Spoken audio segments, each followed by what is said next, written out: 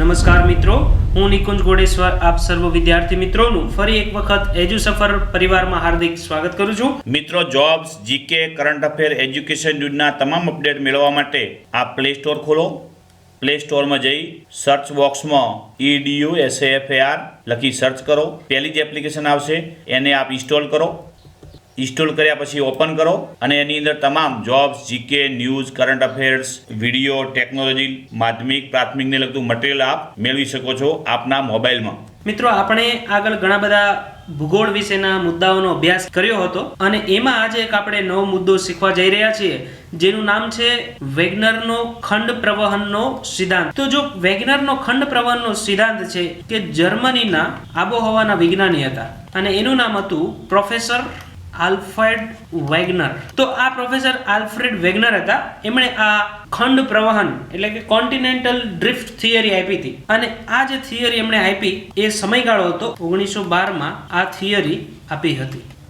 આ જે professor Alfred WagonR હતા એમણે શેના આધારે આ થિયરી આપી એ આપણે થોડું જાણવાની કોશિશ કરીએ. પૃથ્વીનો ભૂસ્તરીય અને પ્રાકૃતિક ઇતિહાસ તેના ખડકોમાં પ્રાચીન જીવો અને વનસ્પતિઓના અશ્મિઓ રૂપે સચવાયેલો છે. જો આ અશ્મિઓનો આપણે અભ્યાસ કરીએ તો એનો ઇતિહાસ આપણે જાણી શકીએ. જે પૃથ્વીના જે ખડકો છે એનો ઇતિહાસ આપણને જાણવા મળે અને એના આધારે પૃથ્વી કઈ રીતના વિકાસ પામી અને એની ઉત્પત્તિ કઈ રીતના થઈ અને એ બધો આપણે અભ્યાસ કરી શકીએ. તો આનો આપણે અભ્યાસ કર્યો. આ પ્રાચીન અશ્મિઓ છે, જો જુદા જુદા જે ખંડો આવેલા છે પૃથ્વી ઉપર, એના જે ભૂમિ ભાગો છે એમાં સમાનતા જોવા મળી. કેના આધારે? તો કે આ અશ્મિઓના આધારે. અને એના આધારે પ્રોફેસર આલ્ફ્રેડ જે વેગનર હતા એમને એવો વિચાર આવ્યો કે આ જે પૃથ્વી છે એમના જે ખંડો છે એ પહેલાં જોડાયેલા હશે અને ત્યાર પછી એમાં ભંગાણ થયું અને અલગ અલગ ખંડો અલગ અલગ દિશામાં ગતિ કરી અને આજની જે મૂળ અવસ્થામાં જે આપણે ખંડો જોઈએ છે એ ત્યાં પહોંચેલા છે આજની સ્થિતિમાં. એવું આ પ્રોફેસર આલ્ફ્રેડ વેગનરે કીધેલું અને આ વિચારના આધારે એમણે એક થિયરી રજૂ કરી. એમને ખંડ પ્રવહનનો સિદ્ધાંત તરીકે ઓળખવામાં આવે છે અને એને ઇંગ્લિશમાં કહેવાય કોન્ટિનેન્ટલ ડ્રિફ્ટ થિયરી. આ પ્રોફેસર વેગનર હતા. એમણે કીધું કે આશરે 20 કરોડ વર્ષ પહેલા જે હાલના જે ભૂમિખંડો છે એ એકબીજાથી જોડાયેલા હતા અને આ જે જોડાયેલા હતા એમાંથી એક આદિખંડની રચના થઈ. આ જે મોટો ખંડ હતો એમણે એને જે નામ આપ્યું એ નામ ખૂબ અગત્યનું છે. એને નામ આપ્યું પેન્જિયા. જો આ નામ ખૂબ અગત્યનું છે, આ ડાયરેક્ટ ક્વેશ્ચનમાં પૂછાઈ શકે કે 20 કરોડ પહેલા બધા જે હાલના ભૂમિખંડો છે એ એકબીજાથી જોડાયેલા હતા અને એમણે એને કીધું આદિખંડ. અને જે આદિખંડ છે એમણે જે પ્રોફેસર આલ્ફ્રેડ વેગનરે જે નામ આપ્યું એ નામ હતું પેન્જિયા તરીકે એમને ઓળખ આપી આદિખંડની. આ જે પેન્જિયા છે એમના બે ભાગ હતા. એક ઉત્તર બાજુનો જે ભાગ હતો એમણે આલ્ફ્રેડ વેગનરે કીધું લોરેશિયા અને જે દક્ષિણનો જે ભાગ હતો પેન્જિયાનો એમને આલ્ફ્રેડ વેગનરે જે નામ આપ્યું એ હતું ગોંડવાના લેન્ડ. તો આપણને પણ યાદ રાખવાનું આપણે કે ઉત્તર બાજુનું જે નામ આપ્યું એમણે એને લોરેશિયા તરીકે ઓળખાણ આપી અને જે દક્ષિણનો ભાગ હતો એને ગોંડવાના લેન્ડ તરીકે ઓળખ આપી. અને જે આ બંને ઉત્તર અને દક્ષિણ બે ભાગ હતા એમની વચ્ચે પૂર્વ અને પશ્ચિમમાં જે સમુદ્ર હતો એને આ વચ્ચે જે સમુદ્ર હતો એમને એને નામ આપ્યું ટેથીસ સાગર. હમણાં આપણે એક ફોટોગ્રાફ જોશું એટલે તમને આઈડિયા ક્લિયર થઈ જશે.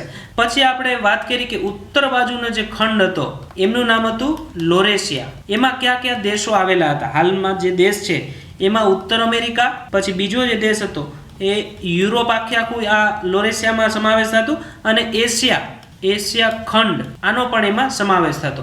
અને જે દક્ષિણનો જે ભાગ હતો એનું આપણે આગળ જાણ્યું એ પ્રમાણે એનું નામ હતું ગોંડવાના લેન્ડ. અને એમાં કયા કયા ખંડનો સમાવેશ થતો તો એ આપણે જાણી લઈએ કે એમાં દક્ષિણ અમેરિકા, ત્યાર પછી બીજું જે હતું એ આફ્રિકા ખંડ, પછી જે ત્રીજું હતું એ દક્ષિણ ભારતનો અમુક હિસ્સો, પછી ઓસ્ટ્રેલિયા અને પાંચમું છે એન્ટાર્કટિક ખંડ.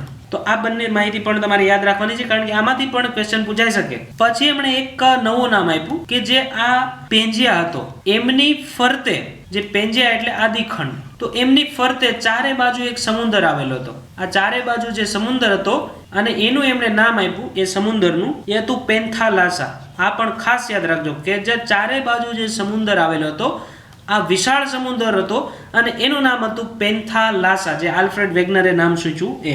પછી હાલના જે ભૂમિખંડો છે અને સમુદ્રો છે અને મહાસાગરો જે આવેલા છે આ બધા જ પેન્જિયાના વિભાજનના કારણે અસ્તિત્વમાં આવ્યા. તો હાલના જે ભૂમિખંડો અને મહાસાગરો છે એ બધા જ પેંજિયાના વિભાજન થયું. આ પેંજિયા જે આદિખંડ હતો એમાં વિભાજન થયું અને એના આધારે ભૂમિખંડો અને મહાસાગરોની રચના થઈ. આવું પ્રોફેસર આલ્ફ્રેડ વેગનરે કોન્ટિનેન્ટલ ડ્રિફ્ટ થિયરી જ્યારે આપી ત્યારે એમણે વાત કરી હતી. તો હવે એના જે સબૂત છે કે આ બધા ભૂમિખંડો જે છે અને મહાસાગરો છે એ પેંજિયાનું ભંગાણ થયું એ પહેલા જોડાયેલા હતા. તો એના કયા કયા સબૂત રજૂ કર્યા જેના આધારે આપણે એ માની શકીએ, તો એ સબૂતની પણ આપણે ચર્ચા કરી લઈએ. જો અહીંયા એક ફોટોગ્રાફ છે, આ ફોટોગ્રાફમાં તમને વધારે ક્લિયર થશે. જો આ જે ઉત્તર બાજુનો જે ભાગ છે, ઉપરની સાઈડનો ઉત્તર બાજુનો, એ છે લોરેશિયા અથવા અંગારા લેન્ડ, અને દક્ષિણનો જે ભાગ છે જો અહીંયા નીચેની સાઈડ એ છે ગોંડવાના લેન્ડ, અને જે આ વચ્ચે જે સમુદ્ર આવેલો છે એ છે ટેથિસ સાગર. અને આની ફરતે જે ચારે બાજુ આમ સમુદ્ર આવેલો હતો એમણે જે વેગનરે નામ આપ્યું એ હતું પેન્થાલાસા. એ આ મેં ફોટોમાં ક્રોપ કર્યો છે એટલે નથી આવ્યું, પણ એને ચારે બાજુ જે સમુદ્ર હતો એનું નામ હતું પેન્થાલાસા. અને આ વચ્ચે જે સમુદ્ર છે જો અહીંયા મેં આ બે ઉત્તર અને દક્ષિણમાં જે બે ભાગ પડે છે એ જે ભાગ પડે છે ત્યાં હું આ યલો કલરની જે લાઈન દોરું છું ત્યાં, અને એની આજુબાજુમાં જે પૂર્વ પશ્ચિમમાં જે સમુદ્ર છે એનું નામ હતું ટેથિસ મહાસાગર. તો હવે તમને આઈડિયા ક્લિયર થઈ ગયો હશે કે શું લોરેશિયા શું છે, ક્યાં આવેલો છે, ગોંડવાલેન્ડ કઈ બાજુ આવેલો છે, દક્ષિણમાં આવેલો છે, અને ટેથિસ સાગર કઈ બાજુ આવેલો છે. આ ફોટા ઉપરથી તમે બહુ સરસ રીતના આ આખી થિયરી સમજી શકો છો. પછી પેંજિયા એટલે કે આદિખંડ. તો આ આદિખંડ છે એમાં જો અહીંયા અલગ અલગ ખંડ બતાવેલા છે. અહીંયા તો આફ્રિકા છે, અહીંયા સાઉથ અમેરિકા છે, અહીંયા નોર્થ અમેરિકા એટલે કે ઉત્તર અમેરિકા છે, અહીંયા આ યુરેશિયા એટલે કે અહીંયા યુરોપની આજુબાજુનો પ્રદેશ છે, પછી આ ઇન્ડિયા છે, પછી અહીંયા ઈસ્ટ એન્ટાર્કટિકા છે, અહીંયા ઓસ્ટ્રેલિયા છે. આ બધા જે છે એ આદિખંડનો ફોટોગ્રાફ છે કે બધા ખંડો અહીંયા આપણે પેંજિયામાં જોવા મળે છે. આ ખંડ પ્રવહન સિદ્ધાંત આપ્યો એ જોડાયેલા હતા, એના વિશે એમણે સબૂત આપ્યા. તો આ સબૂતની આપણે પહેલું સબૂત તમારે યાદ રાખવાનું છે કે ભૂમિખંડો ના જે કિનારા છે એ એકબીજા સાથે બંધ બેસતા મેચ થાય છે. એટલે આપણે કહી શકીએ કે આ જે ખંડો છે એ પહેલા ઘણા વર્ષો પહેલા એકબીજા સાથે જોડાયેલા હતા. ત્યાર પછી જે બીજો સબૂત પ્રોફેસર આલ્ફ્રેડ વેગનરે આપ્યો, આલ્ફ્રેડ વેગનરે એવું કીધું કે જે અલગ અલગ ખંડો છે એમના જે કિનારાના પ્રદેશ છે એટલે જ્યાંથી સમુદ્ર ચાલુ થાય છે અને સામે બીજા ખંડનો જે કિનારાનો પ્રદેશ છે, આ બંને આપણે ભેગા કરીએ તો એ જે કિનારાના પ્રદેશ છે એમના ભૂસ્તરીય જે બંધારણ છે એ મળતું આવે છે. આનું એક્ઝામ્પલ એમણે આપ્યું કે અમુક જે કાંઠાના પ્રદેશો છે એમાંથી જે કોલસો મળે છે એ કોલસો સામેનો જે ખંડ હોય એના કાંઠાના પ્રદેશમાંથી પણ મળી આવે છે. તો આ એનો બીજો જે સબૂત હતું એ આપણે ગણાવી શકીએ કે એના કાંઠાના પ્રદેશ છે એનું ભૂસ્તરીય બંધારણ મળતું આવે છે. ફોર એક્ઝામ્પલ આપણે કહી શકીએ કે અમુક જે ખંડ છે ત્યાંથી કોલસો મળે છે, એ સામેનો જે ખંડ હોય એના કાંઠાના પ્રદેશમાંથી પણ એવો જ કોલસો મળે છે. તો આપણે કહી શકીએ કે ઘણા સમય અથવા ઘણા વર્ષો પહેલા આ ખંડો એકબીજા સાથે જોડાયેલા હતા. પછી જે ત્રીજું એનું સબૂત આપ્યું છે એ છે કે ઘણા બધી એવી વનસ્પતિઓ હતી, પ્રાચીન વનસ્પતિ અને જીવજંતુઓ જે અલગ અલગ ખંડોમાંથી એક જ સરખી વનસ્પતિઓ અને એક જ સરખા જીવજંતુઓ, એક સરખી વનસ્પતિ અને જીવજંતુઓ જોવા મળતા. તો એના આધારે આપણે એવું કહી શકીએ કે આ ખંડ અને જે સામેનો બીજો ખંડ છે ત્યાં પણ આવી જ વનસ્પતિઓ અને આવા જીવજંતુઓ જોવા મળતા પ્રાચીન સમયમાં. એ આપણે અશ્મિઓ ઉપરથી આધાર લઈને કહી શકીએ કે જોવા મળતા હતા. એનું કારણ એ હતું કે આ ખંડ બંને જોડાયેલા હતા અને ત્યાં આવી વનસ્પતિઓ સંપૂર્ણ ખંડમાં થતી હશે અથવા એના જીવજંતુઓ જે છે પ્રાણીઓ ને એ બધા એ ત્યાં પણ જોવા મળતા હતા. એટલે આ પણ એનો એક સબૂતમાં આપણે ગણી શકીએ. પછી જે ચોથું સબૂત એમણે આપ્યું એ હતું ખડકો વિશે. તો પ્રોફેસર આલ્ફ્રેડ વેગનરે એવું કીધું કે બે અલગ અલગ ખંડના એક સરખા ખડકો મળી આવ્યા છે અથવા ખડકોની રચના અને એમનો સમયગાળો ને બધું સમાન હતું અને એમનું જે ભૂસ્તરીય બંધારણ છે ખડકનું એ સરખું હતું. એનું એક્ઝામ્પલ એમણે આપ્યું આગ્નેય ખડકોનું. એમના આધારે પ્રોફેસર આલ્ફ્રેડ વેગનરે એવું કીધું બ્રાઝિલ અને આફ્રિકા આ બંને જે ખંડ છે, આ છે બ્રાઝિલ છે એ અલગ ખંડમાં આવેલું છે, આપણે સૌ જાણીએ છીએ એ રીતના દક્ષિણ અમેરિકામાં, અને આફ્રિકા છે આખો અલગ ખંડ છે. તો અહીંયા આ બંને જે છે બ્રાઝિલ અને આફ્રિકા એમના જે ખડકો છે એમાં સમાનતા જોવા મળે છે અને એનું એક ઉદાહરણ છે આગ્નેય ખડકો. તો આના આધારે પણ એ એક સબૂત રજૂ કર્યો હતો પ્રોફેસર આલ્ફ્રેડ વેગનરે ખડકોનો, અને એવું આ થિયરી આપણે માની શકીએ કે આની થિયરી સાચી છે અને આ ભૂતકાળમાં જે બધા ખંડો છે એ એકબીજા સાથે જોડાયેલા હતા અને એક સંપૂર્ણ આદિખંડ એટલે કે પેંજિયાનું નિર્માણ થયેલું હતું ભૂતકાળમાં, અને પછી એમાં ભંગાણ થયું અને ધીમે ધીમે બધા ખડકો અને ધીમે ધીમે બધા ખંડો અલગ અલગ થતા ગયા. જો અહીંયા આ ફોટોગ્રાફ છે, આમાં અલગ અલગ ખંડો વિશે છે. આપણી જો થિયરીની વાત કરી તો એમાં પેલું જે સબૂત હતું કે અહીંયા જો આ દક્ષિણ આફ્રિકાનો આપણે પ્રદેશ જોઈ શકીએ છીએ અને આ દક્ષિણ અમેરિકા, તો આના જે ખડકો છે અહીંયા પણ સમાન જોવા મળે છે, અહીંયા પણ સમાન જોવા મળે છે.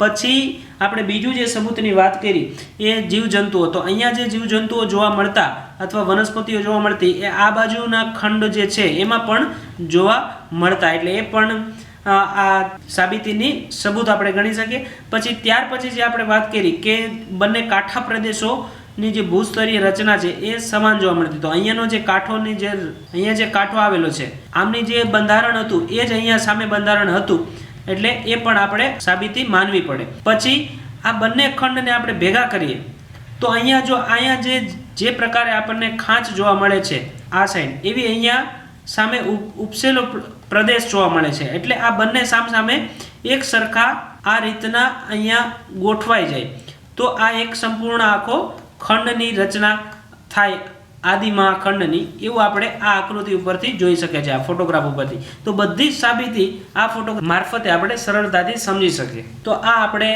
ખંડ પ્રવહન સિદ્ધાંત પ્રોફેસર આલ્ફ્રેડ વેગનરનો ભણ્યા કે પેંજિયા એટલે શું, એવો પ્રશ્ન પૂછાય તો એમનો જવાબ છે આદિમહાખંડ, એમને પેંજિયા તરીકે ઓળખવામાં આવ્યો. પછી બીજો પ્રશ્ન એવો પણ પૂછાય કે પેન્થાલાસા એટલે શું, તો એ આદિ જે સમુદ્ર હતો ફરતી બાજુ, જે પેંજિયાની ફરતી બાજુ સમુદ્ર એ પેન્થાલાસા તરીકે ઓળખાતો, એની આપણે ચર્ચા કરી.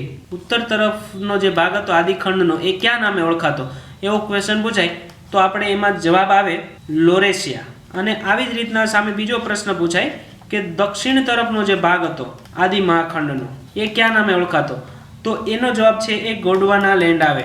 અને આ તમને લેક્ચર કેવો લાગ્યો એ જરૂરથી અહીંયા કમેન્ટ બોક્સમાં લખજો, અને નીચે જે લાઇકનું બટન છે એ લાઇકનું બટન દબીને અમારો ઉત્સાહ જો તમારે વધારવો હોય તો માત્ર તમારે અમને એક લાઇક આપવાની છે. અમે તમારી પાસેથી કોઈ પૈસાની અપેક્ષા રાખતા નથી, માત્ર તમે અમને લાઇક આપો એટલે અમારો ઉત્સાહ વધે કે બધા વિદ્યાર્થીઓને આ લેક્ચર પસંદ આવે છે અને વધારે અમે લેક્ચર બનાવીએ જેથી કરીને વિદ્યાર્થીઓને ફાયદો થાય. તો મિત્રો, આ લેક્ચર જોવા બદલ આપ સૌનો ખૂબ ખૂબ આભાર.